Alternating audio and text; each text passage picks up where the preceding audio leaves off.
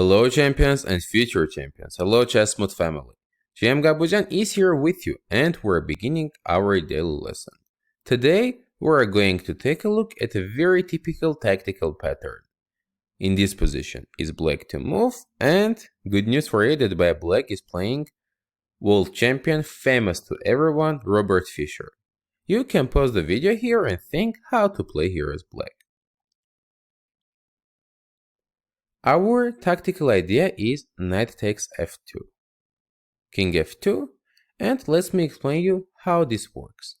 Most of the times, when we're sacrificing the knight on f2, and it's happening very common in chess, we are aiming for this e3 pawn. Sometimes it's happening a check with the queen, you will see some further examples. In this concrete case, we're going for knight g4 check. Most of the times, out of my experience, it's happening where there is no bishop protecting this square. Or let's say if there is a bishop protecting the square, we need somewhere our bishop to attack it as well. But today we'll see how this tactic works in this position. Now, if white goes king f1, we're playing knight e3 check and winning the queen.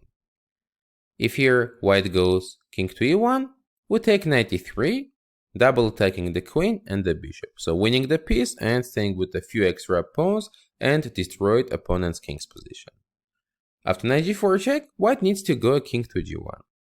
It's happening knight e3, queen d2.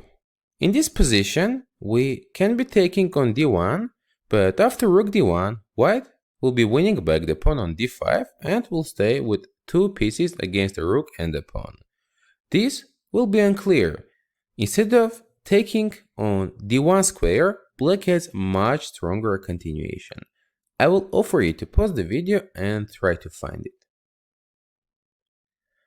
Now we'll play knight g2, and we're destroying white's king's biggest defender, the bishop on g2. After king g2, we're going d4, sacrificing this pawn, but with the tempo, we're going to bring this monster into the game. Just take a look at this position. Knight d4, bishop b7 check. White king is absolutely naked now. Meanwhile, this monster is firing through this long diagonal. In this position, white cannot play king to g1. There is a tactical solution here for black. You can pause the video and try to find it. We are playing bishop d4 check, queen d4, and now distracting rook e1 check. Now if white takes, we are capturing the queen.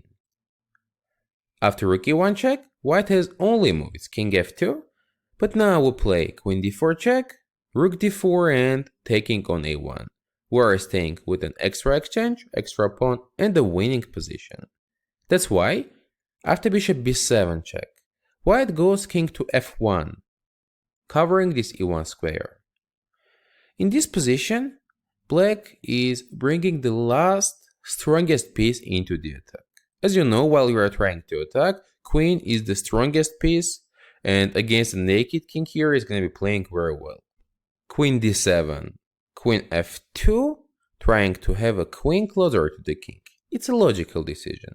But there is a super strong continuation here for black, and white is blundering it. You can pause the video and try to find it. We are playing queen h3 check, king g1. Now, if there is no queen on f2, we will have a cooperation of our bishop and queen on g2 square, which means queen g2 can be a checkmate. How can we distract this queen? Black here is playing rook e1, just a fantastic check. Queen cannot be taking, since there is a checkmate. Only move is rook takes e1. And we're capturing the knight on d4.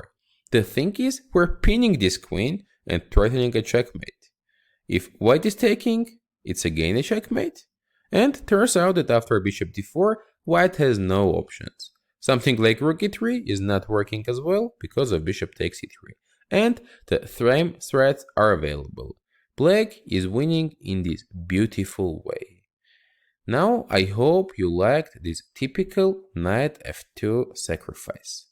Let's go ahead and we will see a few more examples in this topic. Here it's white to move, And I'm absolutely sure that you are guessing the first move, but I will offer you to pause the video here and try to find the further consequences. We're beginning knight f7, king takes f7, and this time we have our queen ready, so queen e6 check. King cannot go to f8 because queen f7 is mating. After queen e6, white needs to play king to g6. And if you haven't managed to calculate the variations previously, one more time here I recommend you to pause the video and try to find the winning for white. We need to keep this king in the center. For example, playing queen f7 check is wrong because king is escaping, going to h7. We're playing bishop d3 check, not letting this king to run away to this square. It's happening. King h5. We're ready to sacrifice our bishop on h4 as well, playing queen f7 check. And here, if black is going king g4, we're mating with queen g6 check, king h4 pawn g3 check, king to h3, and bishop f1 check, mating on the next move after bishop g2 and bishop takes g2. That's why after queen f7, black has to accept the sacrifice. King h4, g3 check. Now, if black goes king to g4, we're doing the same checkmate as previously. And here it's happening king h3. Definitely, there are a lot of ways winning for white here, but I will offer you to pause the video and try to find the most beautiful continuation. If here you are mating with bishop f5 check, knight g4 and queen h5, I am absolutely fine with this. But after king h3, we can do the same in a more beautiful way. We're playing queen h5 check, sacrificing the queen, which is at the same time distracting knight from g4 square. Black has to take, and now bishop f5 checkmate. Let's agree, checkmating with the king, few pawns and the bishop is better. Now let's go ahead and see another beautiful example in the same topic. Here it's white to move. Again, I'm sure that you know what to play on the first move, but before going for knight f7, we need to calculate in advance what's happening further. I offer you to pause the video and try to find it. We are playing knight takes f7, king f7 and queen e6 check. This time our bishop is controlling g6, so the only move is king f8. How to continue now? If you haven't seen this previously, once again I gave you a chance, so pause the video and try to find it. Going now, bishop to g6. We're threatening queen f7 checkmate.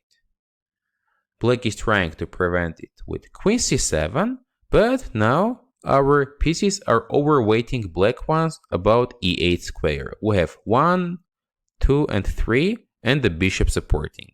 Meanwhile, black has 2 defenders.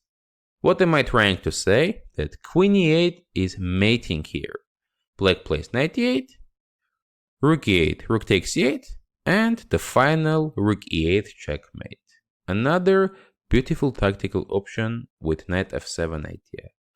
At the beginning here, after knight f7, if you missed, black was having a defensive resource, going for rook g4.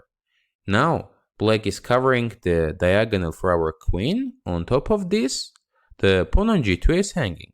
If you have missed this defensive option, I offer you to pause the video here and try to calculate how to play as white. We're now taking the rook on d8 square. If black plays rook g2 check, we can take it. Bishop g2, king g2, and we're staying with a few rooks and the bishop against the queen. This material advantage is winning for white. After knight d8, if here black takes on g2, with the bishop we're taking the same way and getting again winning material advantage. Queen g2, rook g2, king g2. This time this is not working after knight f7, the rook g4 move. But always going for such a moves, you need to take care of all defensive options of opponent, because otherwise you may be losing a piece.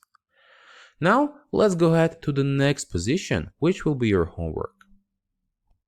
Here it's white to move, and how to continue. You can share your thoughts and ideas in the comments section below. GM Gabuzyan was here with you. Thank you for your subscriptions, likes, and sharing this video with your friends. We appreciate it a lot. See you next time during our next daily lessons.